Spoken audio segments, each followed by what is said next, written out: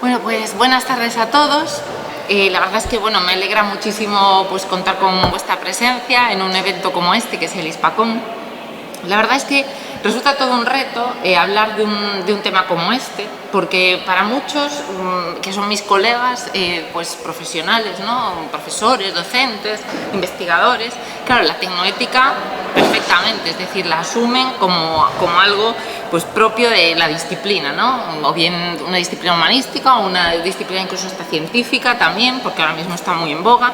Pero claro, luego cuando los sumamos, ¿no?, al ámbito de la ciencia ficción, pues claro, como que se quedan pensando, bueno, ¿y cómo es posible que esto de alguna manera se pueda revelar? O sea, ¿qué digamos paralelismos puede haber, ¿no?, entre la ciencia ficción y la tecnoética? Pues no solamente va en el ámbito de la ciencia y la tecnología, entendidos pues como constructos, ¿no? Y entendidos como una serie pues de ficciones, ¿no? Que algún momento pues se pueden llegar a revelar, ¿no? No se ve un poco como esto, sino también se tiene que ver como un nuevo modelo narrativo, y aquí voy a intentar de alguna manera responder en lo que se está trabajando y qué experiencias ha habido, por supuesto, más en América que en España, pero que también nos están revelando hasta qué punto los autores están colaborando dentro de esta disciplina, es decir, autores de ciencia ficción que no solamente están intentando crear imaginarios, sino también resolver problemas que de alguna manera pues todavía están en boga, o que simplemente están sugiriendo los propios autores, porque los autores de ciencia ficción son totalmente predictivos, es decir, es una ciencia predictiva que nos va a decir cuáles van a ser prácticamente las tendencias, es decir, los posibles imaginarios y las posibles perspectivas que tiene el género humano a la hora de decidir. Es decir, nosotros nos enfrentamos a personajes, a realidades, pues que como lectores los vemos y dices, bueno, esto claro que podría pasar, esto claro que tiene sentido, ¿no? Pero en ningún momento estamos viendo el tipo de decisiones que hay detrás. Es decir, nosotros como lectores estamos apasionados por algo, ¿no? Es decir, aquí hemos podido comprar incluso libros, ahí, justo ahí, y vemos qué de imaginarios, qué de posibilidades, pero dices, todas ellas nos pueden llevar al mejor de los futuros posibles. Pues eso es un poco lo que voy a pretender explicar a través de esta idea, ¿no? Vamos a ver, la idea es que las tecnologías digitales van a estar totalmente omnipresentes, ¿no? Hoy por hoy, pues sin ir más lejos, en esta sala que tenemos aquí al lado estaba el mundo maker, el mundo de la robótica, el mundo digamos, de las herramientas semiautomatizadas, que también está, todo lo que tiene que ver con un tema pues incluso de asesores financieros, de páginas web que ofrecen pues hasta inmortalidad digital, ¿no? Que eso es casi, pues como decir, pues yo me proyecto en esta red social o en esta página web y parece que tengo ahí cierta inmortalidad porque esa página sigue ahí o esa presencia digital sigue ahí, y estamos cada vez más centrados en el modo del Internet de las cosas, de las redes sociales, de esa capacidad, ¿no?, de aprender interactuando con la máquina. Y la máquina cada vez nos está respondiendo más y mejor porque la estamos entrenando de un modo u otro. Entonces, cuando recibe ese entrenamiento por nuestra parte, aparte que bueno, puede tener esa idea de ensayo-error, ¿no?, pues nosotros mismos estamos aprendiendo con ella. Y me llama mucho la atención porque no sé si en algún momento habéis ido a alguna exposición como la de inteligencia artificial que hay ahora mismo en La Coruña. Cuando vemos todas esas posibilidades, ¿no?, que es el more than human, es decir, el ser más que humanos, vemos la cantidad de posibilidades que solo ofrece ya la inteligencia artificial. Entonces, hay que valorar un poco qué es lo que vamos a dejar atrás en esa transición digital frente a lo que vamos a intentar mantener de cara a nuestra reputación y de cara a todas las posibilidades que nos va a llegar a ofrecer en un futuro, pues ya digo, no muy lejano, ¿no? La cuestión es que ha habido como unos primeros pasos para llegar a esto, porque decimos, bueno, ¿y de dónde parte todo esto? ¿Esto nos lo hemos inventado? ¿Es un nuevo vocabulario? ¿Esto qué va a ofrecernos, no? Bueno, pues ahí os pongo como ese inicio, ¿no?, que fue en 2019, cuando se empezaron a desarrollar esas directrices éticas para una inteligencia artificial fiable y también una serie de estándares sobre el diseño éticamente alineado. Es decir, la idea de intentar priorizar el bienestar humano con respecto a esos sistemas autónomos. Ahora mismo pues tenemos muchos sistemas inteligentes que nos rodean, desde un simple electrodoméstico que es un sistema inteligente y nos facilita la vida, hasta otros mucho más inteligentes que predicen por nosotros, con lo cual necesitaban de alguna manera tener un marco regulador para todo eso. Y a partir de esta idea, claro, luego vemos que otros trabajos, ¿no?, que ya son pues más de ciencia ficción, pues ya están empezando a experimentar, es decir, descubren, exploran, replican posibilidades que la ciencia de alguna manera la está intentando llevar por la vía de la robótica o por la vía de la tecnología digital, pero de alguna manera lo que se pretende es empezar a generar una réplica del mundo digital y en el mundo que intervenga en el mundo real. Con lo cual, eso es digamos, lo que ahora llamamos como metaverso, que parece que está tan de moda, pues parece que ahí es donde empezamos a tener una idea de tecnoética más híbrida, es decir, más de unión de dos espacios, uno que no es un espacio real y otro que sí nos remite a esa realidad. Con lo cual, la ciencia ficción todavía cobra muchísima más importancia, porque esto ya de alguna manera los propios escritores lo están sugiriendo en muchísimas de sus obras. Entonces, ¿qué podemos hacer con esto? Bueno, pues fijaros, en América hay un centro que se está dedicando exclusivamente a lo que se llama el Centro de Ciencia e Imaginación. Digo, uy, esto parece casi sacado de una obra de Harry Potter, ¿no? O sea, prácticamente, ¿no? Parece sacado de una saga así, porque un centro para ciencia e imaginación parece sacado de Hogwarts, prácticamente, pero no.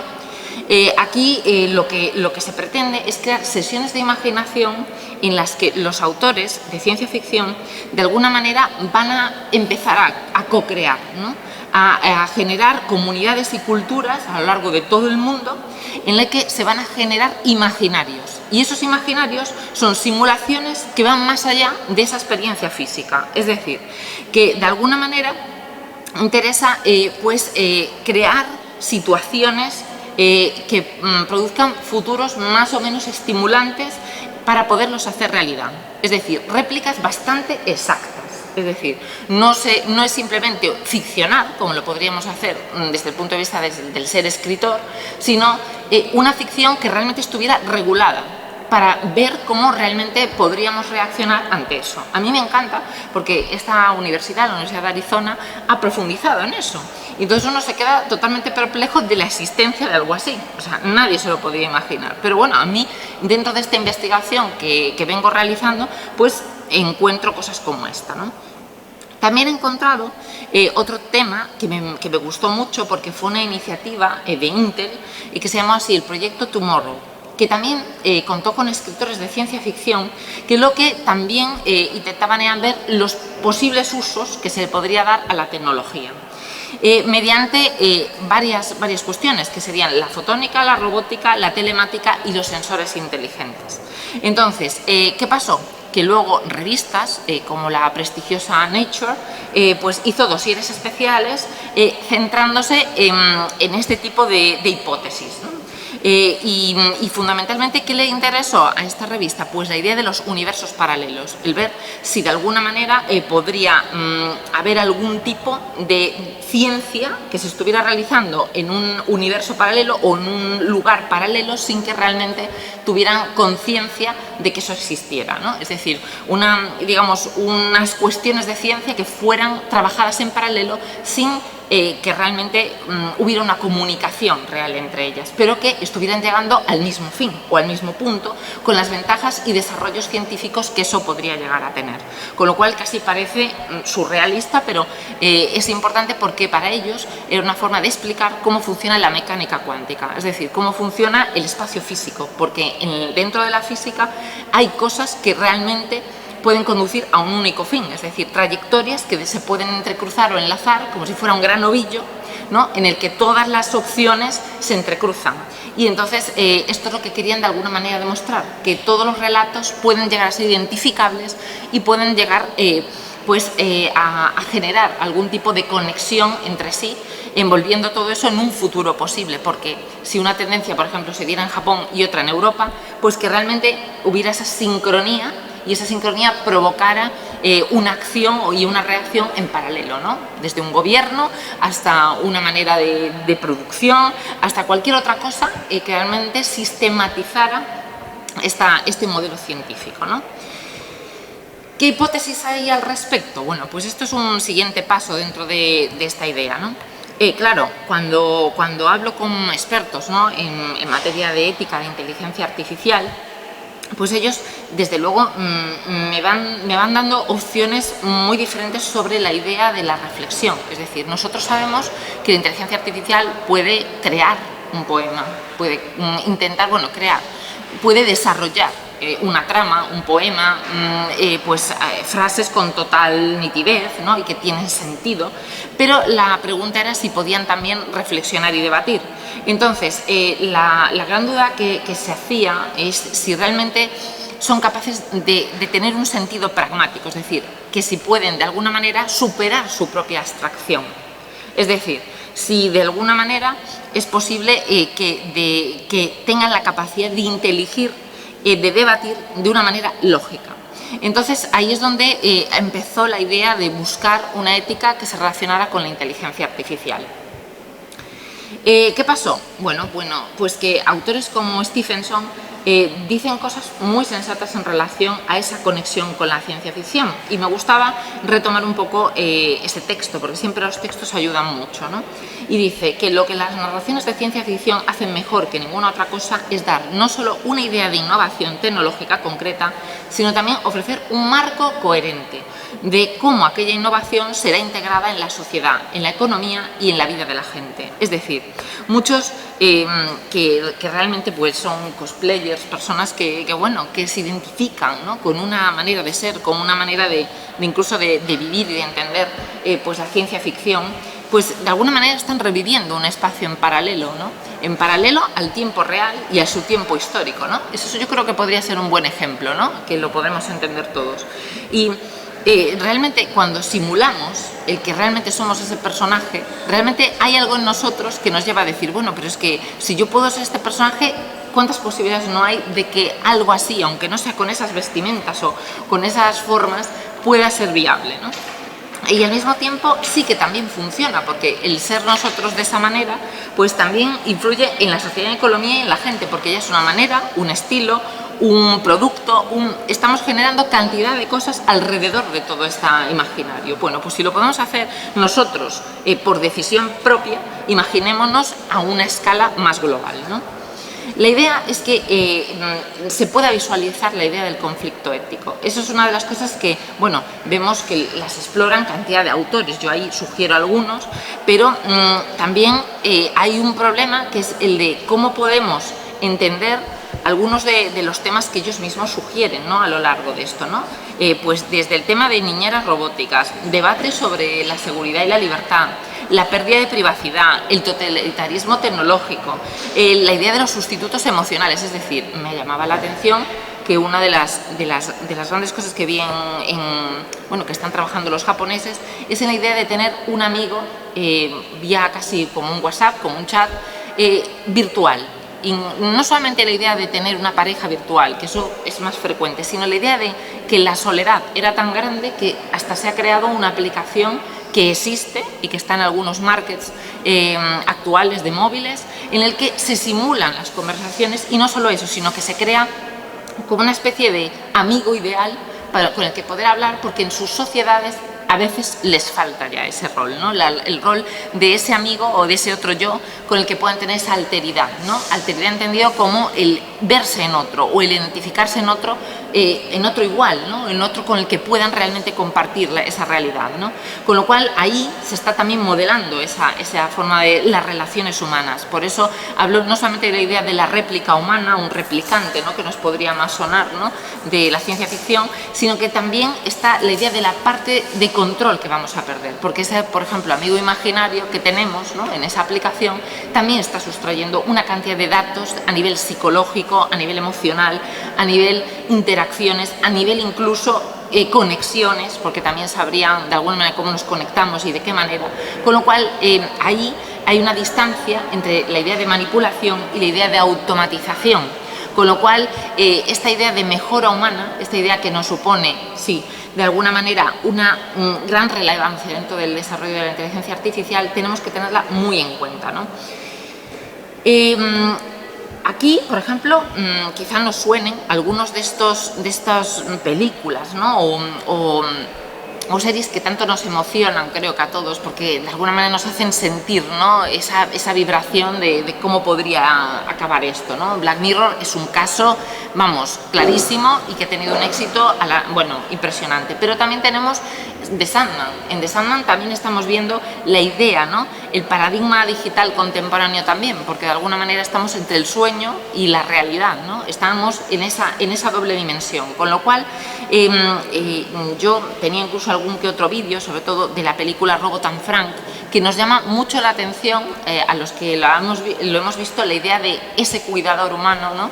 Que de alguna manera es realista, pero a la vez tiene un valor educativo y pedagógico de si realmente los roles más humanos, los roles que más nos acercan de persona a persona, de alguna manera los vamos a perder por la incidencia de ese Frank envejecido frente a un cuidador artificial, ¿no? O sea, como que perdemos esa otra dimensión de cuidados y de cercanía hacia los demás.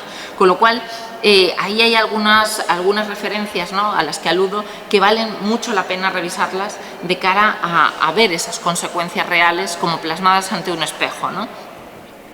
De hecho, ahí pues, os proponía una especie como de cartelera, ¿no? Algunos están ahí como Robot and Frank, Her, Surrogates and Real Humans. Real Humans, curiosamente, solamente la he podido ver en alemán. No la he encontrado en otro idioma, pero el resto sí que es accesible quizá para el mayor público, ¿no? Con lo cual sí que son muy recomendables de cara a tenerlas en cuenta. Ya tan solo ver los trailers ya nos hace pensar en cómo la propia humanización, ¿no?, del robot pues es totalmente clara, incluso hasta llegar a un punto en que no hay legislación posible para valorar los hechos que se provocan cuando estos robots o estos real humans aparecen, ¿no?, en el mundo real. Con lo cual ahí es donde se queda una grave laguna, no solo legal, sino de tipo incluso humano, ¿no?, que pueda de alguna manera determinar hasta qué punto tienen responsabilidad sobre los hechos, ¿no?, que van ocurriendo a lo largo de la serie. Con lo cual es muy llamativo, ¿no? La idea es, nosotros a veces podemos pensar en la idea de un cyborg, podemos pensar en la idea pues, de cómo la tecnología puede integrarse dentro de lo humano, y ahí es donde hay incluso diferencias entre la idea del transhumanismo, que también es muy conocida esa idea, frente a la idea del tecnohumano. Es decir, el tecnohumano no va a perder esa parte de humanidad, sino que la integra, es integrativa, y quizás es la postura que más defiendo, frente al transhumanismo, que es como una evolución del propio ser humano en cuanto tal, ¿no? De hecho, hay una cosa curiosa, que es la idea de la roboética. Es decir, ya no me estoy centrando solamente en la tecno como tecnología, en el campo de la ética, sino en la roboética que defiende Gianmarco Berruglio, ¿no? Es la que ahora mismo puede realmente ser más importante de cara al tema de los sesgos. De hecho, muchas veces estamos viendo cómo la inteligencia artificial está aplicando su propio sesgo y se están generando injusticias técnicas que en muchos casos han afectado a las mujeres, propiamente dicho, porque como han sido de alguna manera programadas con ese patriarcalismo, ¿no?, de la civilización, de la sociedad actual, pues en muchos casos esos sesgos afectaban más a mujeres y sobre todo de una determinada, pues o bien de alguna orientación sexual concreta o bien por su propio aspecto, ¿no? Y entonces esas cosas, pues de alguna manera generaban una gran polémica. Entonces, también hay que tener en cuenta que se está explorando otra línea, que es la idea de la inteligencia artificial explicable o explainable, que es la SAI. Entonces es como intentar entender el fenómeno de la inteligencia como artificial y su peculiaridad en cuanto a esa capacidad intelectual que tiene, de alguna manera para intentar extinguirla de la posible culpa que tenga, ¿no?, o de los errores graves que pueda cometer. Entonces, este es un nuevo campo que está empezando a integrar pues, esas formas de inteligencia artificial, ¿no? La idea también del superhombre, ¿no? O sea, eso ya lo hemos visto de alguna manera desde la filosofía. Siempre, de alguna manera, intentábamos valorar la ilusión de libertad con respecto a la uniformidad que podía llegar a tener el ser humano, ¿no? Y entonces, la idea es, estamos aplicando una función como de mansedumbre, ¿no? De que estamos todos como totalmente apagados frente a algo que nos va a superar, o realmente vamos a intentar dejar de lado esa posición, ¿no? Digamos, estática, ¿no? En la que todo es registrado, todo, digamos, prevalece por encima de nuestras decisiones racionales, con lo cual ahí la pregunta es, ¿nos vamos a adaptar al sistema o somos nosotros los que como individuos vamos a poder decidir cómo se puede considerar esa cultura recibida? Es decir, nosotros recibimos, somos receptores de todo esto y a la larga vamos a intentar conseguir un modelo cultural casi extramoral, ¿no? Pero el problema es si nosotros vamos a ser capaces de convertirnos o bien en individuos útiles o en personas totalmente fuera del sistema. Entonces, esto que parece totalmente extraño, pues nos va a llevar a dos opciones: o que realmente esto se lleve a cabo y la trascendencia se dé o no se dé de alguna manera en el ser humano, o bien que, como muchos apuntan, pues llegamos a un blackout total, ¿no? Es decir, a la idea de que lleguemos a ser los típicos humanos de kit de supervivencia, ¿no? Yo aquí ponía una cosa así un poco graciosa, como que no se puede dejar ningún rollo de papel higiénico en el supermercado, ni pilas, ni linternas, ni velas, ni nada por el estilo, ¿no? Porque de alguna manera al final intentamos entender la idea del apagón, ¿no? Como ese apagón, ¿no? Pues de conexión, de interconectividad, que de alguna manera pues nos hace ver que tenemos que quitarle realmente importancia, ¿no? a ese posible evento, ¿no? A ese apagón total, donde la tecnología ahí pues ya no tendría tanto peso, ¿no? Sino que ya digamos, intervendrían otros factores, pues como el de la naturaleza o el de otras cuestiones, ¿no? Que pudieran surgir en nuestra civilización, ¿no? Como el tema de la violencia, ¿no?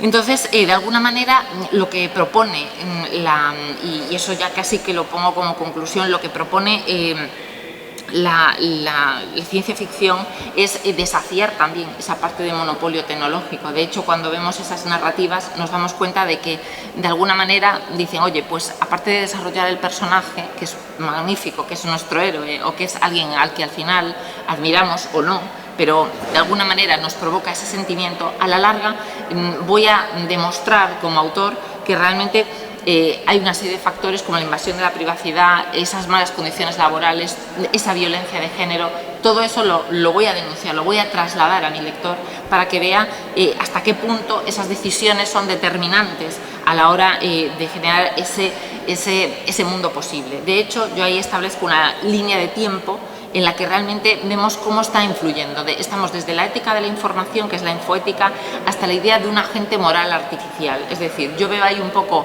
la trascendencia que va a tener todo esto, y si realmente se llegara a una idea de agente moral artificial, pues la verdad estaríamos realmente en tela de juicio, nunca mejor dicho, porque dejaríamos que la parte más humana interviniera dentro de todos esos procesos que realmente importan en aras a ser rápidos, ser ágiles en nuestra manera de ser y de comportarnos, y sería algo tan vertiginoso que no seríamos capaces de controlarlo. Y ese es el gran problema, desde el control de la información, que es quizá lo que tenemos que seguir cuidando, hasta el cómo podemos realmente llegar a controlar un poco esos sistemas artificiales, porque en algunos casos ya se sabe que eran difíciles de controlar. Digamos, esas inteligencias artificiales tenían vida propia y tenían lenguaje propio y se desarrollaban por sí mismas, con lo cual algunas veces las han tenido que apagar o controlar, con lo cual es importante valorar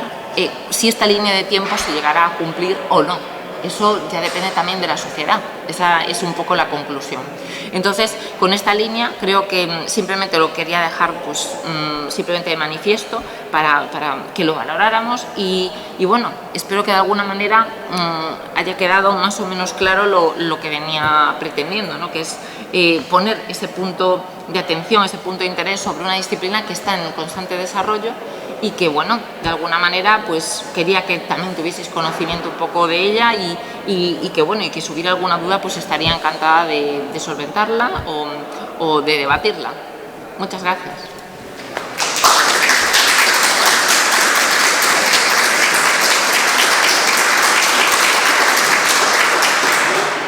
Si alguien tiene alguna pregunta, tenemos algo de tiempo, así que adelante, si alguien quiere comentar algo.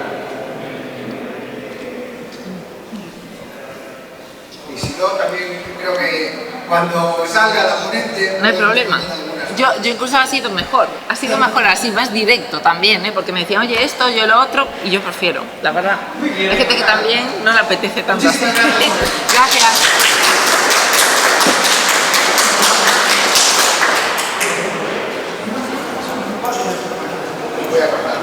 Perfecto, perfecto. Genial. Muchas gracias. Nada.